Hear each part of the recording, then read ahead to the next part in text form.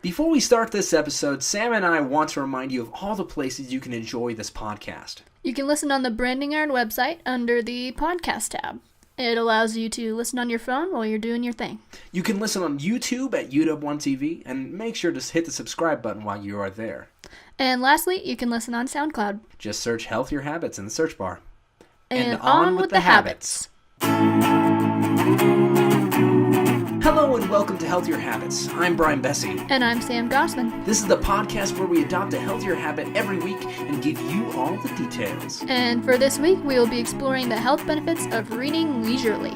So for the next week, we will be reading instead of watching YouTube or playing video games every single day, something like that. But before we get into more reading, let's talk about our past week with our most recent upload. Meditation for a week.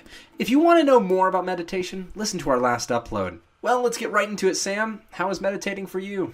I'm going to be honest with you. It was sort of hard to keep the meditation routine going with school and work and grocery shopping and all the other things we college students have to do. Mm-hmm.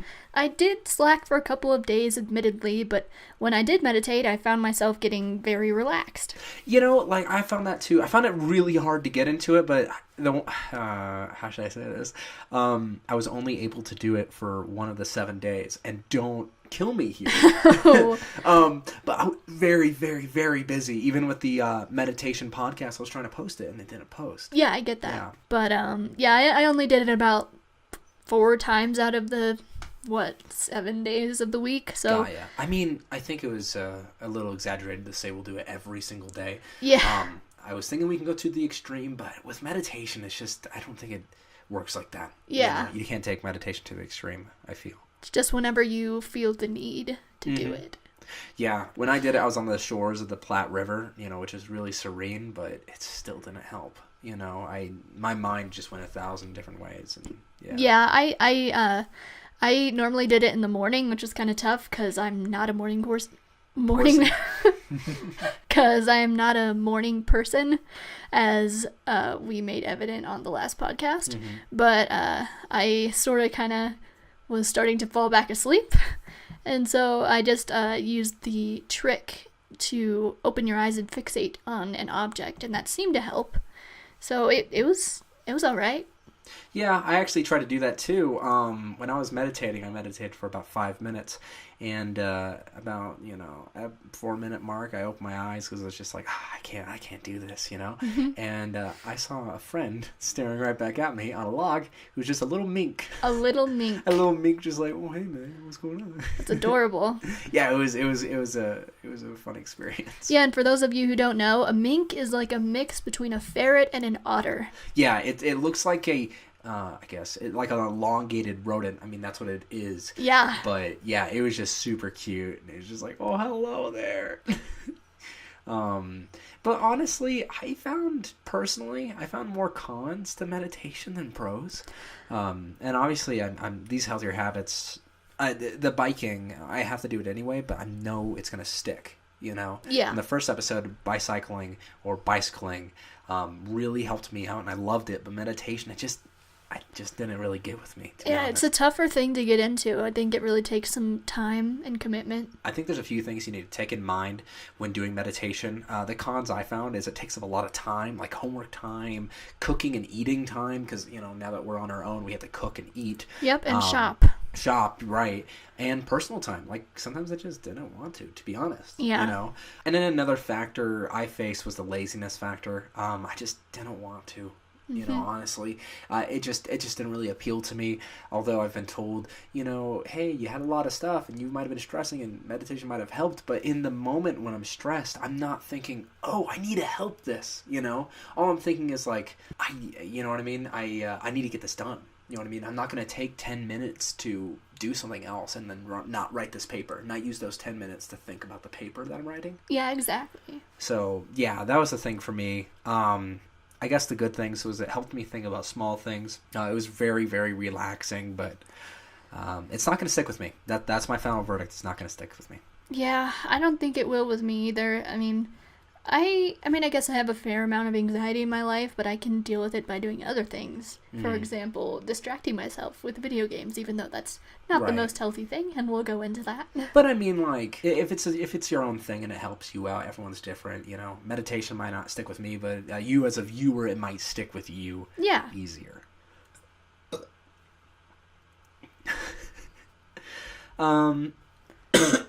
So I give this, I would try meditation, but I wouldn't really, hope for the best. I feel like it's kind of like when there's not snake oil, but I would say it's just like, no, this will solve all your problems. I don't think it will for certain people.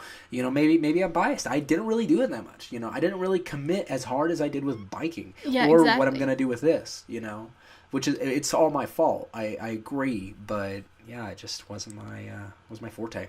If you struggle with commitment issues, maybe it's not your thing. Right. Now to the focus of this episode, which is reading more. Sam and I will be reading every night before we go to bed for like an hour or so, and during this time we'll be staying away from screens, like right before bed, and focusing on our novel or other pleasurable reading. By pleasurable reading, I don't mean like the 60 pages we have to do for some English thing, or every night I have history homework to do. So that's never a thrill. It's not a pleasure to do that. So yeah, it has to be supplementary. Yeah. So we'll get into the first thing we're going to do in this podcast, or the first thing we'll do with more reading is I will give you, you the viewer, and you the Sam, a quotes quiz. So we'll start with some famous quotes from famous people about reading, and Sam has to guess who was quoted. So we'll go with number 1. Great books help you understand, and they help you feel understood. Well, I literally have no fathom of an idea right now. Okay, his last name's Green. John Green? John Green. That was a dead giveaway, John Green himself. Yep, so great books help you understand, and they help you feel understood. Quote, a book is a dream that you hold in your hand, unquote. That seems like a Bob Ross. No, he wrote Coraline. Oh, what's his face? I know his name somewhere in my mind. And Neil... I was about to say Neil deGrasse Tyson. I know who you're talking about. I don't know his name. Neil Gaiman. Neil Gaiman said a book is a dream that you hold in your hand. Quote, the more that you read, the more things you will know. The more that you learn, the more places you'll go. That sounds like Dr. Seuss. It is Dr. Seuss. Oh my god, really? Yeah, I'm pretty sure that's the book's title. The Places You'll Go. Yeah. Yeah, I actually got that for graduation from my sister. I did too. Well, not for graduation, but for one of my favorite teachers gave it to me. Aww. So great job, Sam. And now we're going to go right into the history, and more specifically the history of leisurely reading or reading for pleasure. This is going to be an expansive history. It's one of those general things, like we were saying in the last podcast, like the history of breathing. You know? It's reading is almost becoming second nature.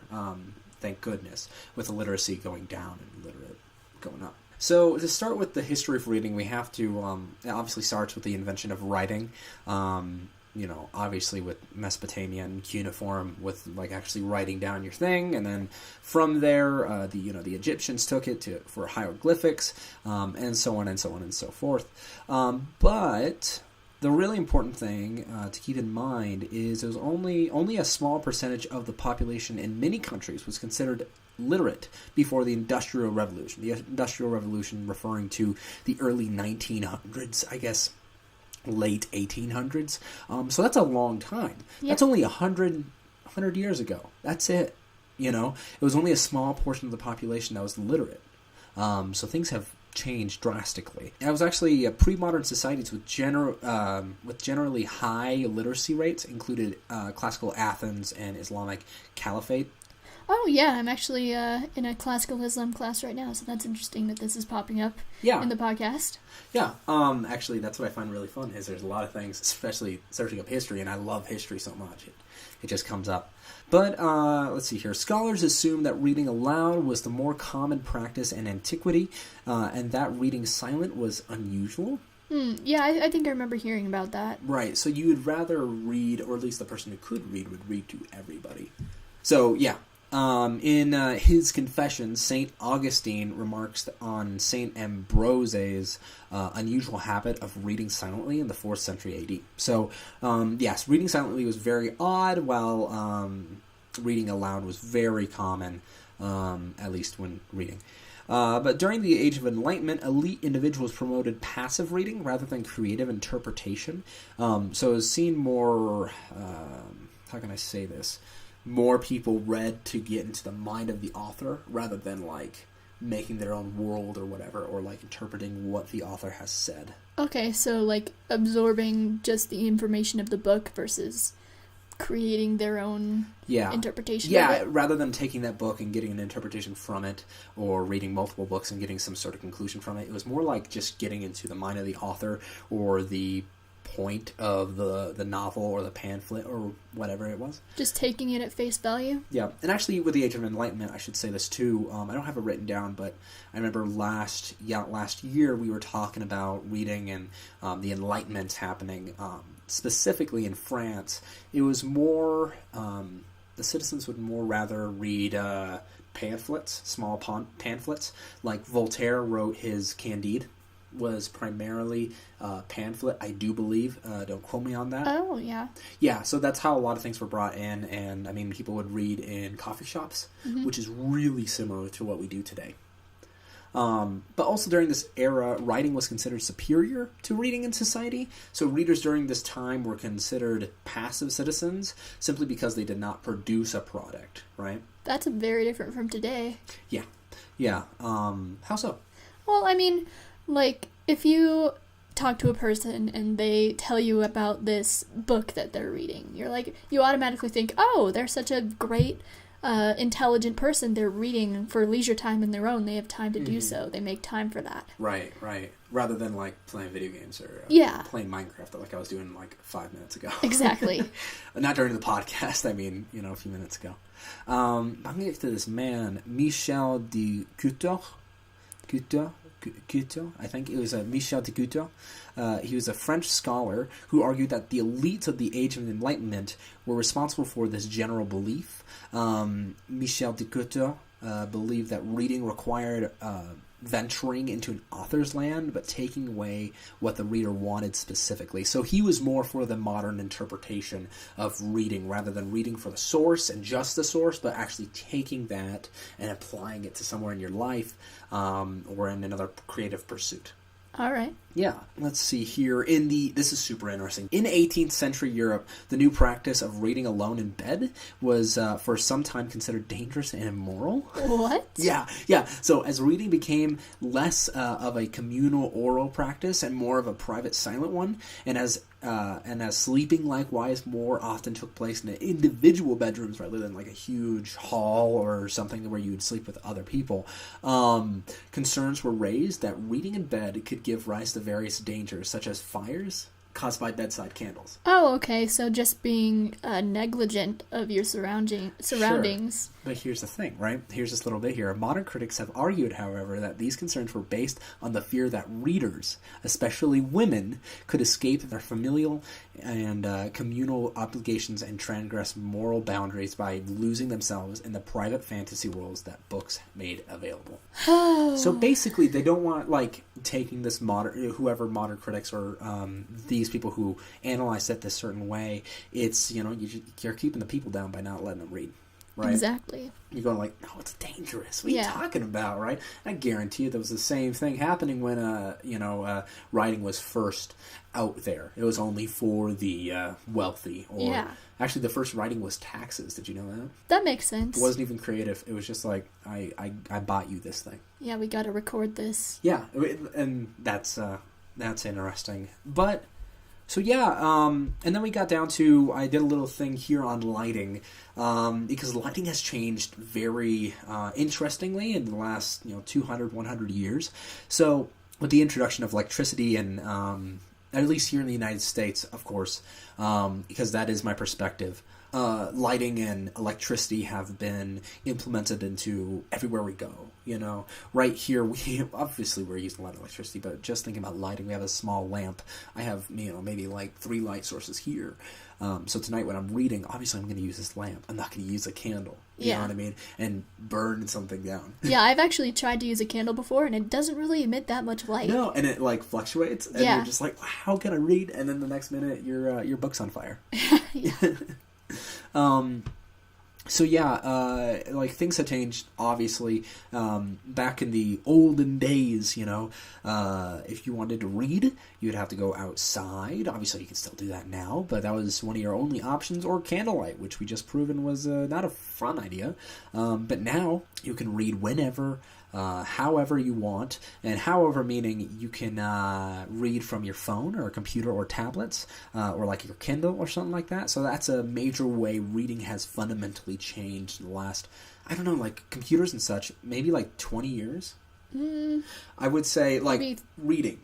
Reading on, yeah, like, I would say about 20 years. You know what I mean? Obviously, computers and phones and all that have been here for a little longer. I think, like, the idea of reading on your tablet rather than reading from a novel has increased in the last 20 years rapidly. Yeah, and I mean, that sort of, like, started with the whole Kindle thing. And I guess the first Kindles, they didn't really have really bad screens or anything, really bright ones. Really? Like, they had, they were just sort of, you know, Etch-a-Sketches? Yeah. They sort of looked like that. I had one of these. It was my first Kindle, and it was like sort of like grayish text on like a gray background. Uh-huh.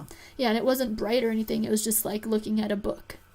Interesting. Yeah. And they changed it, huh? Yeah, they changed it to bright, normal screen. Right. And you have the negative effects of device lighting on the eyes, right? Yes, I do. That is what I was looking at for this podcast. You can go right on ahead with that. All right. So, according to the University of South Florida Health Department website, the quick answer to everyone's common question about screens, do they hurt your eyesight, is yes. Okay, I really appreciate that, to be honest. I was trying to research, like, you know, the history and stuff, and it was just like, well, maybe this. And it's just like, can I get an answer, please? So yeah, I was happy about this article. It's like, yes. Not like yes, I mean like, yeah. Yeah.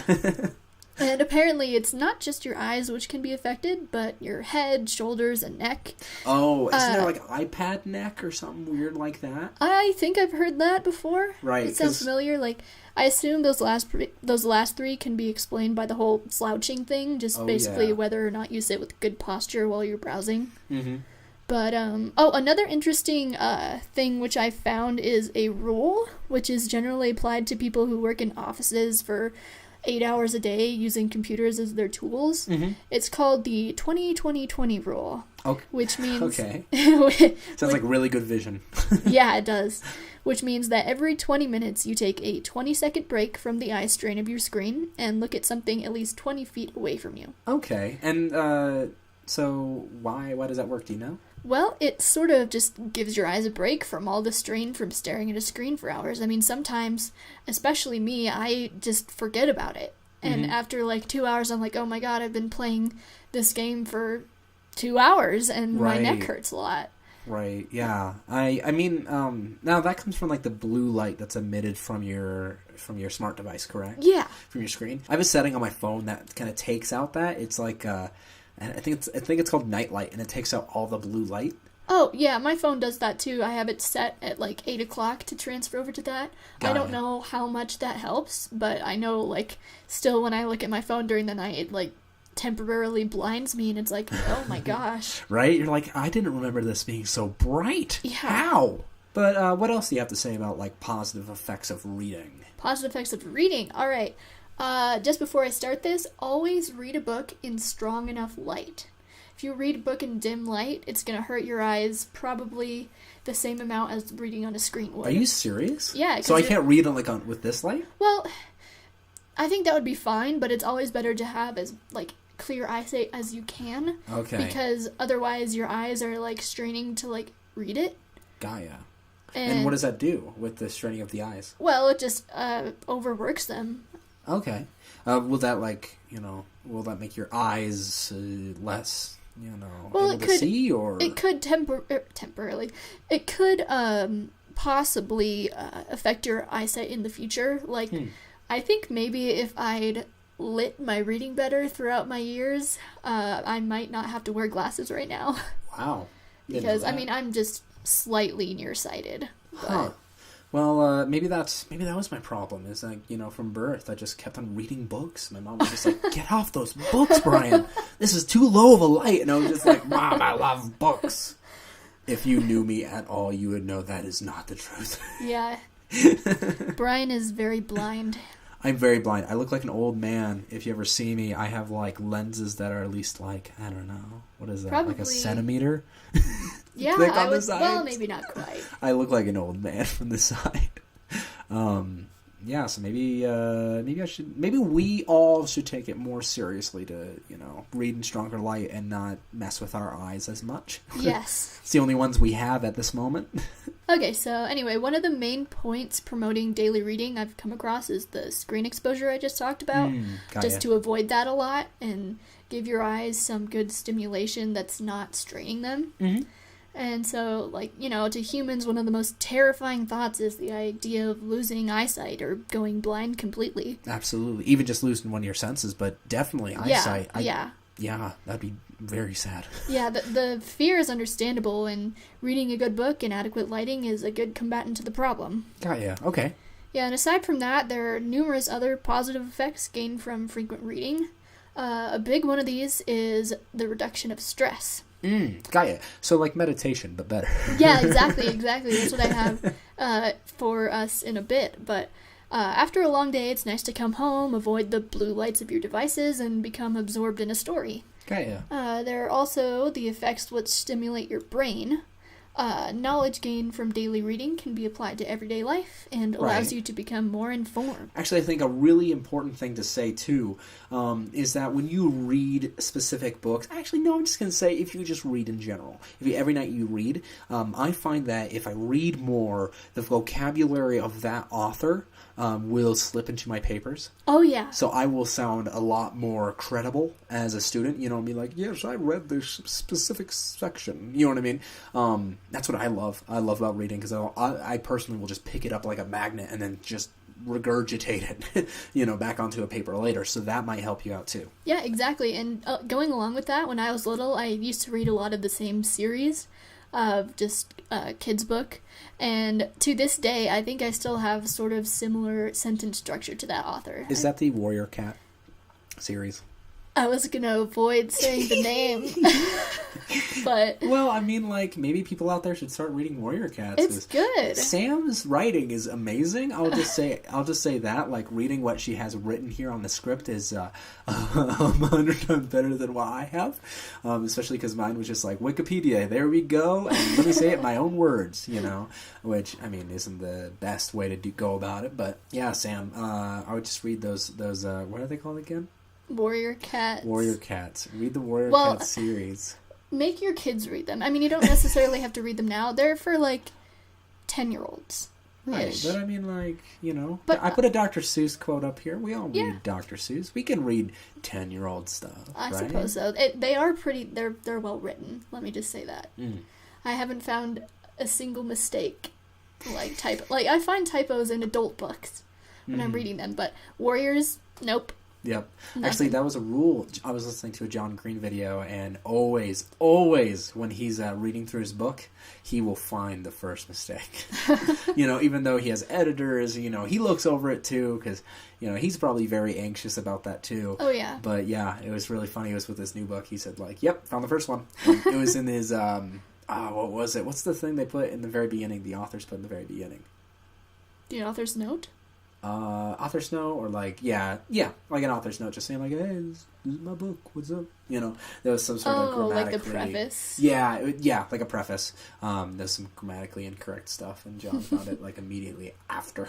Oh, dang. Yeah. Alright, so whether it be the expansion of your vocabulary, the absorption and application of information in a newspaper, like the branding iron. Sponsor. Kind of. Or simple pop culture / trivia savvy, reading can teach everyone new things. Alright, so as we said before, reading and meditation are sort of done for similar reasons and sort of get similar outcomes. It improves mental health generally. I mean... Obviously, it's not the end-all be-all, this cures everything, but all of us here in the college world could use some help in that. Mm-hmm. But both pastimes are super calming and they create a really relaxed atmosphere. So yeah, well, I am honestly really excited to start reading, honestly.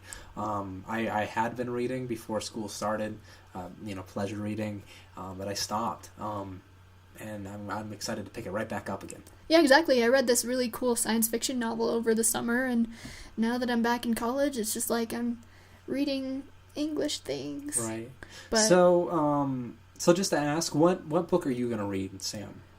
Well, I really like this one series by Kim Stanley Robinson. It's called the Mars series. Oh, right. It's about... That's what is it? It's Red Mars, Green Mars, and Blue Mars, right? That order. Yes. Because water comes last. Yes, water comes last. And I'm thinking about finishing Green Mars. These are really long books, guys, just so you know. I'm not some wimp. But I need to finish Green Mars. I'm like almost to the end, and then I think I want to start cracking into Blue Mars. They are really complicated. All right. I'm actually going to read the rest of this Daniel Quinn novel. He's one of my favorite authors right now, and the book is called The Holy, which is about investigating where the Jewish or where older Jewish people their gods went, like the god of Baal, or not of Baal, god named Baal, and why the Jewish people chose those gods over their monotheistic god, like the, uppercase God. The God, right? Yeah. And obviously that like in this book they say like that's the reason why the Jewish people have endured so much is because they betrayed their God. Yeah, they just tried to deviate. Yeah, and so like this book they're just like trying to investigate why, and it's really interesting so far. But before we go, we want to remind you that you can listen on the Branding Iron website under the podcast tab, on YouTube at UW1TV, or even SoundCloud. Yes, SoundCloud, the haven of SoundCloud rappers and the best podcast at UW. You can also follow our social media at UW1TV on Instagram. Exactly. And so that does it for this week's episode of Healthier Habits. Check back next week when Brian and I tell you about our experience with reading for entertainment and introduce our next healthier habit. And as always, be safe and be healthier. Bye! Goodbye. Maybe if you close Minecraft. I did. Oh, you did? Okay. Sorry.